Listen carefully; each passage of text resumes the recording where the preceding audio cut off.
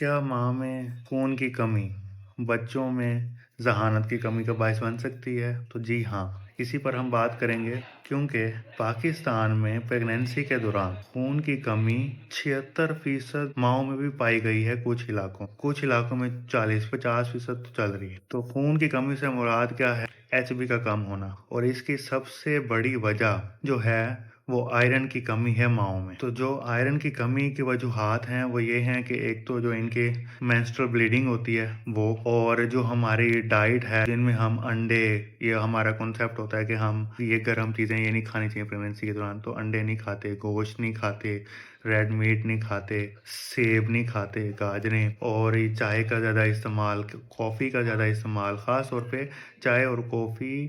कुछ जो माएँ होती हैं वो आयरन सप्लीमेंट्स भी ले रही होती हैं जो कि ज़रूरी होती है प्रेगनेंसी में, लेकिन साथ चाय और कॉफ़ी ले रही होती हैं जिससे उनकी आयरन की अब्ज़ॉर्प्शन नहीं होती। तो आयरन की कमी की वजह से ये होता है कि जो ब्रेन डेवलपमेंट होती है उसको सही तरह खून नहीं पहुँचता, और फिर जब ब्रेन डेवलपमेंट कम होती है तो बच्चे में आईक्यू कम होता है। साथ-साथ मैं आपको स्टैट्स शो करता हूँगा।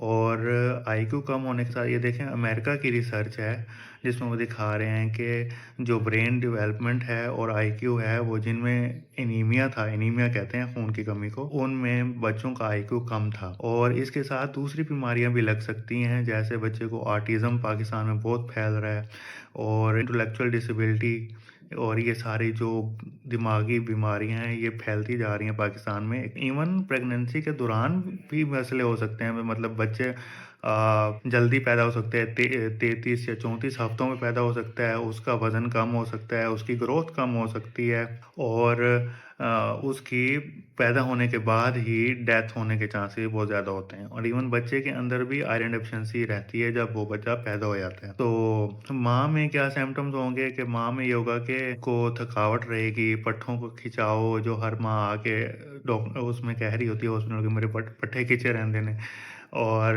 उसमें इम्यूनिटी कम हो जाएगी, बार-बार उसे कोई ना कोई इन्फेक्शन लग जाएगा, काम नहीं कर पाएगी, जल्दी थक जाएगी, साँस चढ़ जाएगा। तो ये सारी अलामात हैं माँ में खून की कमी की, इसलिए इसके लिए सीबीसी करवाना चाहिए, उसमें एचबी देखना चाहिए और आयरन टैबलेट्स खानी चाहिए। आयरन आयरन टैबलेट्स में बहुत सारी आती हैं, जिसमें सिंगोबियोन है, बिसलेरी है, आरबीसीएफ है। तो इनमें सबसे अच्छी आरबीसीएफ है क्योंकि उससे ना कब्ज़ नहीं होती है। आयरन टैबलेट जब हम खा रहे होते हैं तो मेन शिकायत ये होती है कि कब्ज़ होना शुरू हो जाती है। तो कब्ज़ के लिए यही है कि आप फिर साथ फ्रूट्स का ज़्यादा इस्तेमाल करें, पानी का ज़्यादा इस्तेमाल करें, और जिनमें बहुत ही कमी होती है तो डॉक्टर के मशवरे के साथ आपने आयरन की ड्रिप्स भी लगवा सकते हैं। ड्रिप से अच्छा है आप शुरू से ही, जब से प्रेगनेंसी हो, आप पहले 3 महीने फोलिक एसिड और उसके साथ ही आप आयरन और कैल्शियम पूरी प्रेगनेंसी में 9 के 9 माह खाने चाहिए, क्योंकि हमारी खुराक में आयरन नहीं है। जो मोस्टली 90% औरतों की खुराक है उसमें आयरन नहीं होता। इससे ये होगा कि जब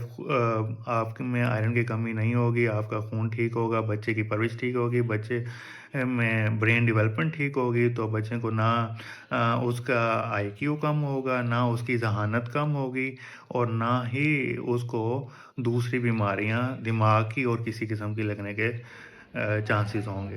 शुक्रिया।